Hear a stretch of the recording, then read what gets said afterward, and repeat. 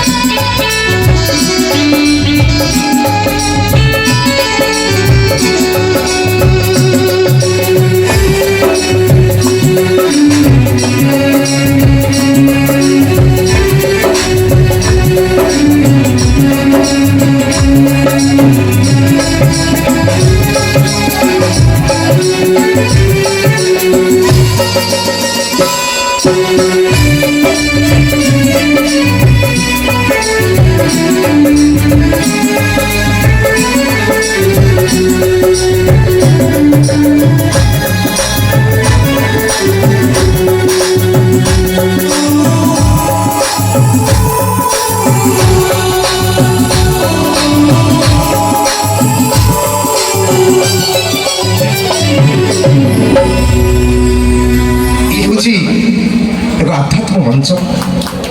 ତ ଆମେ କରତାଳି ମାଧ୍ୟମରେ ସ୍ୱାଗତ ଜଣାଇବା ଆଜିକାର ପ୍ରଦୀପ ପ୍ରଜ୍ୱଳନ କାର୍ଯ୍ୟକ୍ରମକୁ।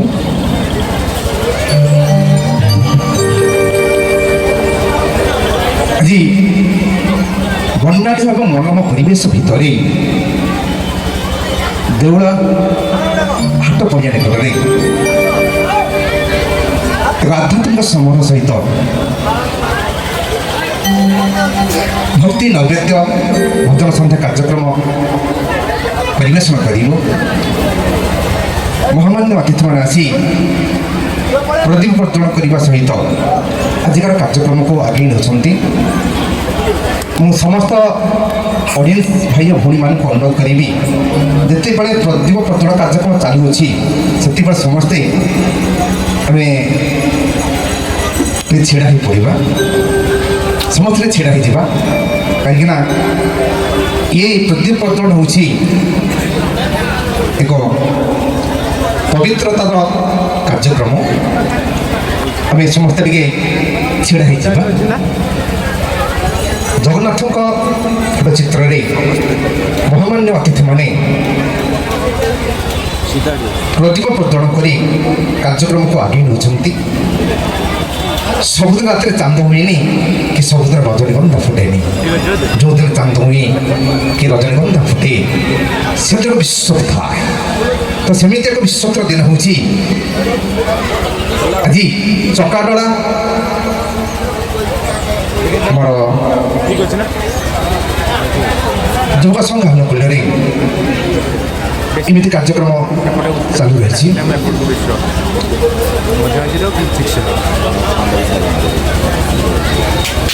ଏବଂ ପ୍ରଦୀପ ପ୍ରଜ୍ୱଳନ ସହିତ ଯେଉଁ କୋଟି ଆରତୀ ଦେବତା ଜଗନ୍ନାଥ ଜଗନ୍ନାଥଙ୍କ ଫଟୋ ଚିତ୍ରରେ ତାଙ୍କର ପଦାରବିନ୍ଦରେ ମହାମାନ୍ୟ ଅତିଥିମାନେ ପୁଷ୍ପ ପ୍ରଦାନ କରୁଛନ୍ତି।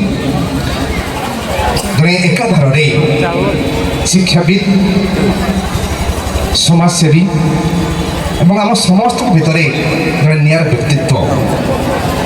ବର୍ତ୍ତମାନ ମୁଁ ଅନୁରୋଧ କରିବି ଆମର ଲାଳଚନ୍ଦ୍ର ଜେନା ମହାଶୟଙ୍କୁ ଆଜିକାର କାର୍ଯ୍ୟକ୍ରମ ସମ୍ବନ୍ଧରେ ସୁନ୍ଦର ସନ୍ଦେଶ ପ୍ରଦାନ କରିବା ହେବେ ଶ୍ରୀଯୁକ୍ତ ଜେନା ମହାଶୟ। ମହାବଧେ ସ୍ଥିରେ କନକ ରୁଚିରେ ନୀଳ ଶିଖରେ ବସନ୍ ପ୍ରାସାଦାନ୍ତ ସହଜ ବଳଭଦ୍ରେଣ ବଳିନା ସୁଭଦ୍ରା ମଧ୍ୟସ୍ଥ ସକଳ ସୁର ସେବା ଭସରଦ ଜଗନ୍ନାଥ ସ୍ୱାମୀ ନୟନ ପଥଗାମୀ ভব তুমে জগন্নাথ স্বামী নয়ন পথগামী ভব তুমে জগন্নাথ স্বামী নয়ন পথগামী ভব তুমে। কোটি ব্রহ্মাণ্ডর নায়ক প্রভু জগন্নাথଙ୍କର ପାଦ ପଦ୍ମରେ ଏ ଅକିଞ୍ଚନ ଅନନ୍ତ କୋଟି ପ୍ରଣାମ ପ୍ରଣତି ଜ୍ଞାପନ କରି ଆଜି ଏହି ଶୁଭ ସନ୍ଧ୍ୟାରେ ଏ ମନୋଜ୍ଞ ପରିବେଶରେ ଆଜି ଦିନର ଆଭିମୁଖ୍ୟ ଅନୁଷ୍ଠାନର ଆଭିମୁଖ୍ୟ ପ୍ରସଙ୍ଗରେ ଧାଡ଼ିଏ ଦୁଇ ଧାଡ଼ି କହି ମୋର ବକ୍ତବ୍ୟ ମୁଁ ଶେଷ କରିବି। ଉପସ୍ଥିତ ମଞ୍ଚାସୀନ ସମସ୍ତ ଅତିଥିବୃନ୍ଦ, ସମସ୍ତ କଳାକାର ବୃନ୍ଦ, ମୋ ସମ୍ମୁଖରେ ବସିଥିବା ଏବଂ ଛିଡ଼ା ହୋଇଥିବା ସମସ୍ତ ଗୁରୁଜନ, ସମବୟସ୍କ, ବୟକନିଷ୍ଠ ଏବଂ ଡାକବାଜି ଯନ୍ତ୍ର ମାଧ୍ୟମରେ ଯେଉଁମାନେ ଶୁଣୁଛନ୍ତି ସମସ୍ତଙ୍କୁ ଯଥାମାନ୍ୟ ସହିତ ସଭକ୍ତି ପ୍ରଣତି ଜଣାଉଛି। ରଥଯାତ୍ରାର ପବିତ୍ର ଶୁଭ ମୁହୂର୍ତ୍ତରେ ଆଜି ରଥଯାତ୍ରାର ଦ୍ୱିତୀୟ ଦିବସ। ଆଜି ଦିନଟାକୁ କୁହାଯାଏ ଧୂଳିଆ ଗୁଣ୍ଡିଚା। ରଥଯାତ୍ରାର ଦ୍ୱିତୀୟ ଦିବସରେ ଦେଉଳା ମାଟିରେ এই ଦେଉଳା ରଥ କମିଟିର ଯୁବବନ୍ଧୁମାନଙ୍କର ଆନୁକୂଲ୍ୟରେ ଆୟୋଜିତ দীর্ঘ বর্ষ ধরি এটা চালিছি আয়োজিত এ মধুময়ী পরিবেশরে এ মনোজ্ঞ পরিবেশরে এ স্থানটা গোটে পবিত্র শ্রীক্ষেত্রে পরিণত হয়েছে, গোটে ভক্তিময় পরিবেশরে পরিণত হয়েছে এ স্থানটি। এ রথযাত্রা ভাব ভক্তি প্রেম এটা গোটে মধুময়ী সম্পর্ক আনি দেইছি। আশা বিশ্বাস করিবি ভগবান শ্রী জগন্নাথ এই কমিটির সমস্ত যুববন্ধু মানক ভিতরে যেমিতি পূর্বাপর একতা প্রতিষ্ঠিত হয়েছে সেমিতি একতা বজাই রহু, এই অনুষ্ঠান দীর্ঘস্থায়ী হউ। প্রত্যেক বর্ষ চলিত বর্ষ পরি প্রত্যেক বর্ষ এ অনুষ্ঠান আহুরি সুন্দরতর হউ। রথযাত্রা কেবল সমগ্র আম ওড়িশারে নুহে, এ সমগ্র পৃথিবী বিখ্যাত। ଆପଣମାନେ ଜାଣିଛନ୍ତି ଶ୍ରୀକ୍ଷେତ୍ରରେ ପୁରୀରେ ଗତକାଲି ପ୍ରଭୁ ଜଗନ୍ନାଥ ନନ୍ଦିଘୋଷ ରଥରେ, ବଡ଼ବାଡ଼ର ସାମନ୍ତ ବଳଭଦ୍ର ତାଳଧ୍ୱଜ ରଥରେ, କୌଟିଲ୍ୟବାସିନୀ ମା ସୁଭଦ୍ରା ଏବଂ ସୁଦର୍ଶନ ଦର୍ପଦଳନ ରଥରେ କିଛି ବାଟ ଆଗେଇ ଆସିଥିଲେ ଏବଂ ବଡ଼ଦାଣ୍ଡରେ ଅଟକି ଥିଲେ। ଆଜି 9:30 ପାଖରୁ ସେ ରଥ ଟଣା ଆରମ୍ଭ ହୋଇଛି ଏବଂ ସନ୍ଧ୍ୟା ପୂର୍ବରୁ 3 ରଥ ଯାଇ ତାଙ୍କର ଜନ୍ମବେଦୀରେ ଗୁଣ୍ଡିଚା ମନ୍ଦିରରେ ଯାଇକି ପହଞ୍ଚି ଯାଇଛନ୍ତି। ଏ ରଥଯାତ୍ରାର ଅନ୍ୟ ନାମ ହେଉଛି ଗୁଣ୍ଡିଚା ଯାତ୍ରା, ଆଡ଼ପ ମଣ୍ଡପ ଯାତ୍ରା, ଆଉ ଗୋଟେ ନାମ ଅଛି ନବଦିନ ବ୍ୟାପୀ ଯାତ୍ରା, ଅନ୍ୟ ଯାତ୍ରା ନାମ ହେଉଛି ଘୋଷ ଯାତ୍ରା। ଅନେକେ କହନ୍ତି ଯେ ଜଗନ୍ନାଥ ମହାପ୍ରଭୁ 9 ଦିନ ପାଇଁ ରଥଯାତ୍ରାରେ ମାଉସୀ ଘରକୁ ଯାଆନ୍ତି। ମାଉସୀ ଘରକୁ ନୁହନ୍ତି, ରତ୍ନସିଂହାସନରୁ ସେ ଯାଆନ୍ତି ଆଡ଼ପ ମଣ୍ଡପ, କର୍ମଭୂମିରୁ ସେ ଯାଆନ୍ତି ଜନ୍ମଭୂମିକୁ, ଶ୍ରୀମନ୍ଦିରରୁ ଯାଆନ୍ତି ଗୁଣ୍ଡିଚା ଘରକୁ। ଅବଶ୍ୟ ଯେଉଁମାନେ କହନ୍ତି ଯେ ମାଉସୀ ଘରକୁ ଯାଆନ୍ତି, ଏ କଥାର କିଛି ମାତ୍ର ସତ୍ୟତା ଅଛି। ଆପଣମାନେ ଜାଣିଥିବେ ଆଗରୁ ପୁରାଣ ଶାସ୍ତ୍ର ମତ ଯାହା, ଆମର ସେତେବେଳେ ଜନ୍ମ ନାହିଁ, ଆମେ ସେଟା ଜାଣିନାହୁଁ। ଶାସ୍ତ୍ର କହେ, ଇତିହାସ କହେ ଯାହା, ଯେ ବଡ଼ଦାଣ୍ଡରେ ଗୋଟେ ନଦୀ ପ୍ରବାହିତ ହେଉଥିଲା, ତା ନାଁ ମାଳିନୀ ନଦୀ। ସେ ମାଳିନୀ ନଦୀର ଗୋଟିଏ ପଟରେ ଜଗନ୍ନାଥ ମନ୍ଦିର ପଟକୁ ଗୋଟେ ମନ୍ଦିର ଅଛି, ତା ନାଁ ହେଉଛି ଅର୍ଦ୍ଧଶୋଷିଣୀ ମନ୍ଦିର। ସେଇଟା ହେଉଛି ଜଗନ୍ନାଥଙ୍କର ମାଉସୀ ଘର। ପୂର୍ବରୁ 3ଟା 6ଟା ରଥ ହେଉଥିଲା। ଶ୍ରୀମନ୍ଦିରରୁ 3ଟା ରଥ ବାହାରୁଥିଲା, ଏଇ ନନ୍ଦିଘୋଷ, ତାଳଧ୍ୱଜ ଏବଂ ଦେବଦଳନ ରଥ। ସେ ମାଉସୀ ଘର ପାଖରେ ରାତ୍ରି ଯାପନ କରୁଥିଲେ ମହାପ୍ରଭୁ, ସେ ଅର୍ଦ୍ଧଶୋଷିଣୀ ମନ୍ଦିର ନିକଟରେ। ତା ପରଦିନ ଡଙ୍ଗାରେ ବା ଚାପରେ ପାରି ହେଉଥିଲେ ମାଳିନୀ ନଦୀକୁ। ତା ପରପଟକୁ ଗୁଣ୍ଡିଚା ଘର ପାଖକୁ 3ଟି ରଥ ହେଉଥିଲା, 3ଟା ଶଗଡ଼ିଆ ରଥ ହେଉଥିଲା।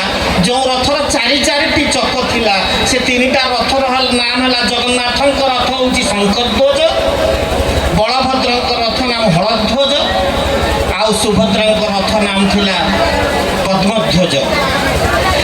କାଳକ୍ରମେ ଏ ବୋଧେ 1200ରୁ 1300 ମସିହା ଭିତରେ